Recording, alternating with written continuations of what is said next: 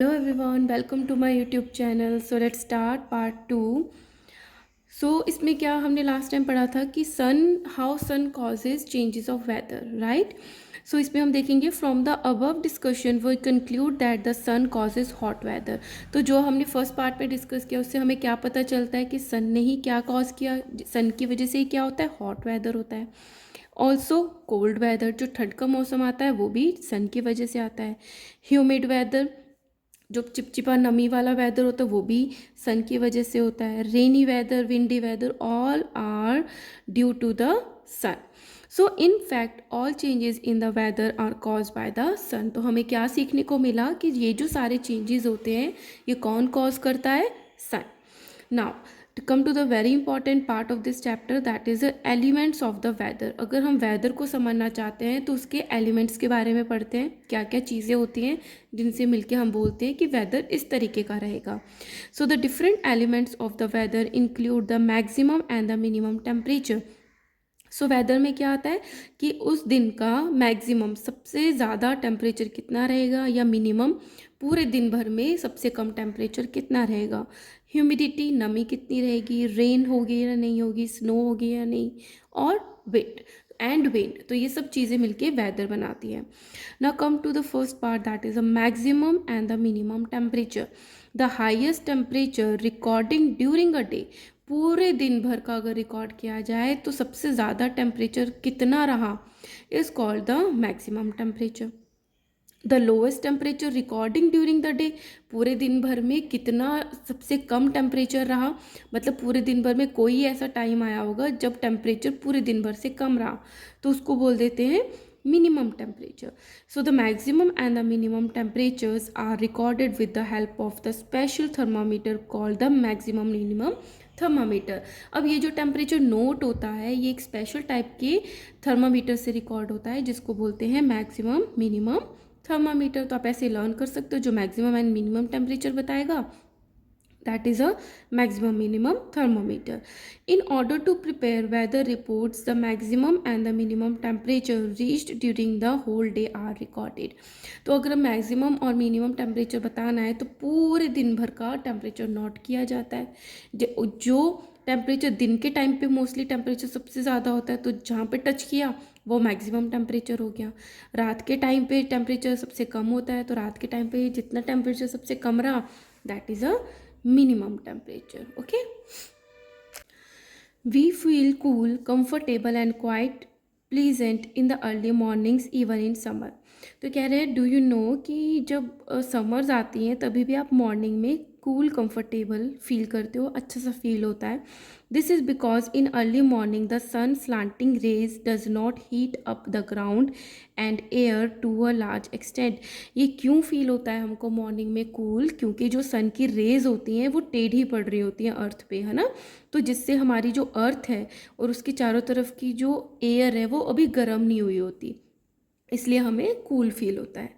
The minimum temperature for a particular day is recorded in the early morning. जो minimum temperature है पूरे दिन भर का वो कब नोट किया जाता है, अर्ली मॉर्निंग, जल्दी नोट किया जाता है। When the surroundings are cooler, जब जो सारी सराउंडिंग्स है मीन्स जो एयर है वो कूल होती है, तब मिनिमम टेम्परेचर जो है वो नोट किया जाता है in early morning. As the day advances, जैसे दिन आगे आगे बढ़ता है, it becomes warmer.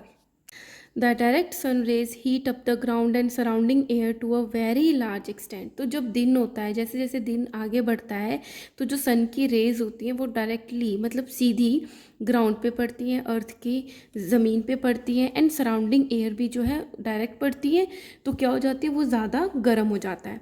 So the maximum temperature for a particular day is reached some time in the afternoon. तो जो मैक्सिमम टेम्परेचर है पूरे दिन भर में वो कब रीच होता है, आफ्टरनून के टाइम पे, ठीक है। This makes the surrounding very hot and unbearable during summers. तो जब सन की रेज डायरेक्टली पड़ती हैं तो जो सराउंडिंग्स है, जो हमारा एटमॉस्फियर है वो कैसा हो जाता है, हॉट हो जाता है, बहुत ज़्यादा गर्म हो जाता है, अनबियरेबल जैसा हो जाता है during summers. For this reason we feel so miserable in the afternoon, इसलिए हमें बहुत बेचैनी होती है, एसी चला के बैठ जाते हैं during the summers। So this is about the minimum and the maximum temperatures। Now come to the second point, that is a humidity. We now know humidity is the measure of the moisture in the air. Air में कितना water है, कितनी moisture है, उसको बोल देते हैं humidity. So when the amount of water vapour in the air is high, तो जब वाटर की जो वेपर्स हैं एयर में ज़्यादा होती हैं, we say that humidity is high. तो हम क्या बोलते थे कि ह्यूमिडिटी ज़्यादा है. The weather reports in the newspaper showed humidity in percentage. तो ह्यूमिडिटी वेदर रिपोर्ट में किस तरीके से शो करते हैं, परसेंटेज की फॉर्म में करते हैं. They actually show relative humidity, relatively humidity show करते हैं. तो अब बताते हैं रिलेटिव ह्यूमिडिटी क्या होता है. So relative humidity is the amount of the water vapor present in the air expressed as a percentage of the maximum amount of water it can hold at the temperature, at that temperature. It means क्या है कि किसी air की बात करते हैं, वो air जो है किसी पर्टिकुलर टेम्परेचर पे लाइक 30 डिग्री है, तो कोई एयर 30 डिग्री सेल्सियस पे कितनी वाटर वेपर्स को अपने आप में होल्ड करके रख सकती है, वो उसकी रिलेटिव ह्यूमिडिटी कहते हैं.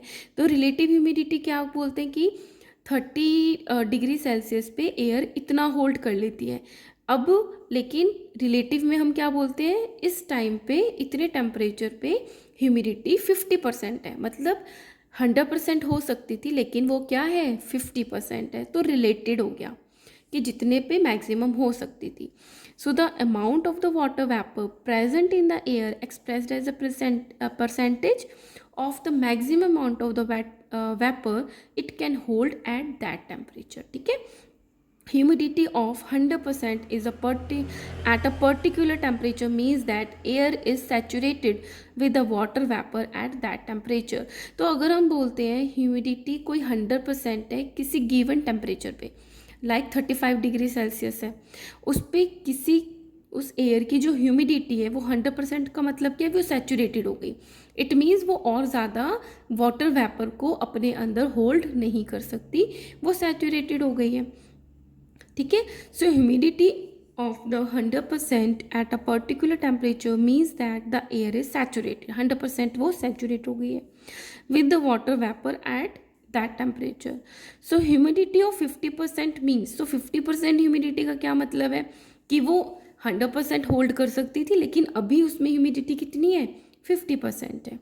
सो humidity of 50% means that the air contains half of the amount of water vapour required for the saturation at that temperature. Okay. The relative humidity of the air does not remain constant over the day. अब ये कितनी interesting बात है कि जो relative humidity भी है ना, वो पूरे दिन भर में एक जैसी नहीं रहती, कांस्टेंट नहीं रहती. It changes with the temperature and other conditions. जैसे जैसे टेम्परेचर चेंज होता है या कुछ और चीज़ें, विंड चलती है, तो ह्यूमिडिटी भी चेंज होती रहती है. For this reason weather report show 2 figures. तो जो वेदर है वो 2 फिगर्स शो करती है. मैक्सिमम रिलेटिव ह्यूमिडिटी कि गिवन टेम्परेचर पे ह्यूमिडिटी कितनी होनी चाहिए थी, उसके अकॉर्डिंग कितनी है maximum, and the minimum relative humidity. क्योंकि पूरे दिन भर में जैसे टेम्परेचर चेंज होता रहता है उसी तरीके से ह्यूमिडिटी चेंज होती रहती है. तो क्या करते हैं, रिलेटिव ह्यूमिडिटी एक बार मैक्सिमम भी बता देते हैं और मिनिमम बता देते हैं. So relative humidity is measured with the help of an instrument called the hygrometer. So किससे ये मेजर करते हैं humidity, with the help of the hygrometer. Now come to the third point, that is the rain and snow. In the clouds when the water droplets join together and become heavy. तो clouds कैसे बनते हैं, जो ocean में पानी होता है जो या फिर अर्थ की सरफेस पे जहाँ भी पानी है, वो सन की रेज की वजह से जो वाटर वेपर बनता है तो ऊपर की तरफ जाता है और क्लाउड्स बन जाते हैं डेंस होके. अब जब वो वाटर ड्रॉपलेट्स आपस में ज्वाइन होती हैं और हैवी हो जाती हैं तो वो नीचे आ जाती हैं एज अ रेनफॉल, तो बारिश होती है. So when the temperature is very low, अब टेम्परेचर इतना ज़्यादा कम हो गया है, the water droplets in the cloud freeze, कि वो वाटर जो ड्रॉपलेट्स हैं वो बादल में ही जम गई, बर्फ़ बन गई, into the crystals of the ice, और क्या बन गई, वो क्रिस्टल्स बन गई आइस की, and fall down as a snow. तो जो वाटर वेपर्स हैवी हो जाती हैं और उसके बाद ठंड इतनी ज़्यादा होती है, टेम्परेचर इतना कम होता है कि वो आइस की क्रिस्टल बन जाते हैं और स्नो पड़ने लग जाती है। So rainfall is generally measured in the millimetres with the help of an instrument called the rain gauge. तो जो रेनफॉल है कि कितनी मिलीमीटर हुई है उसको मेजर करते हैं रेन गॉज से। So rain gauge is a measuring cylinder with a funnel at a top. So this is a rain gauge. यहाँ पे ऊपर क्या होता है, फनल होती है, और नीचे पूरा का पूरा मेजरमेंट का तरीका होता है to collect the rain water. इसमें क्या होता है, रेन वाटर को कलेक्ट करते हैं, and the rain gauge measure the rainfall at a place in the unit millimetre. तो इसमें पानी जो है बारिश का वो इकट्ठा हो जाता है, और ये कितना मिलीमीटर इकट्ठा हुआ उसको मेजर कर लेते हैं। So this is a measuring cylinder and this is a funnel. So together it is called as a rain gauge. So researchers are usually space-based rainfall observation and comparing them to the current and the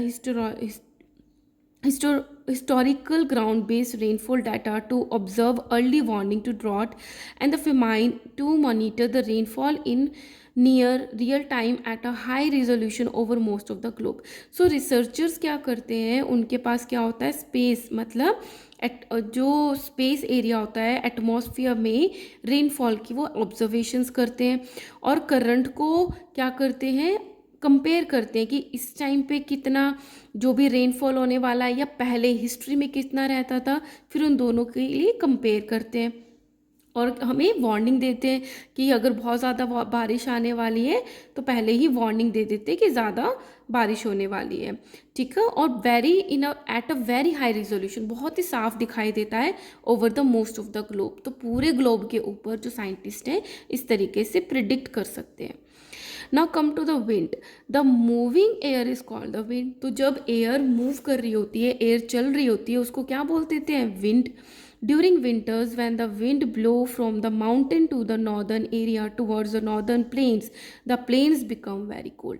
तो जब ठंड का time होता है तो जो ठंडी हवाएं होती हैं पहाड़ों में से वो नॉर्दर्न इंडिया की तरफ ब्लो करती हैं, तो इससे वो क्या हो जाता है, नॉर्दर्न एरिया पूरा का पूरा कोल्ड हो जाता है। During summers the wind blow from the western India towards the central. तो जब समर्स होती हैं तो जो विंड होती है वो कहाँ से कहाँ तक ब्लो करती है, from the central, from the western India, west की तरफ जो इंडिया का पार्ट है वहाँ से सेंट्रल की तरफ और ईस्टर्न इंडिया की तरफ ब्लो करती है, and these regions become very hot. और जिसकी वजह से ये जो रीजन्स है वो कैसे हो जाते हैं, बहुत ज़्यादा गर्म हो जाते हैं। Now come to the MCQs. So number 1 is the atmospheric condition on a particular day at a place with respect to the temperature, humidity, etc. is called. Atmosphere की कंडीशन को क्या कहते हैं, ऑन अ पर्टिकुलर डे, उस एक particular day पे, उस एक पर्टिकुलर प्लेस पे, with respect to temperature and humidity is called its weather. ठीक है, क्या बोल देते हैं, वेदर बोलते हैं।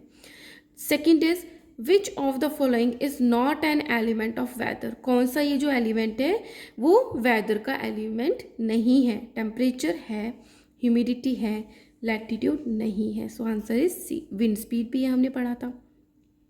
ना third is weather reports are prepared by. Weather की जो रिपोर्ट्स है वो कौन प्रिपेयर करते हैं, मेट्रियोलॉजिस्ट प्रिपेयर करते हैं। So answer is B. Fourth is the maximum temperature for a particular day is recorded in the dash. जो मैक्सिमम टेम्परेचर है पूरे दिन भर का वो कब रिकॉर्ड करते हैं, आफ्टरनून, क्योंकि इवनिंग, नाइट और मॉर्निंग में तो टेम्परेचर कंपैरेटिवली लो रहता है, तो हमें मैक्सिमम टेम्परेचर देखना है तो आफ्टरनून में हम मेजर करते हैं। Fifth is all changes in the weather are caused by. सारे जो चेंजेस होते हैं वेदर में वो किसकी वजह से होते हैं, हमारे सूरज भगवान की वजह से, that is a sun. So here यहाँ तक मैंने कंप्लीट कर दी है। सो नेक्स्ट वीडियो में मैं क्लाइमेट से स्टार्ट करूँगी। Student please if you like my videos please like, share and subscribe. Thank you so much.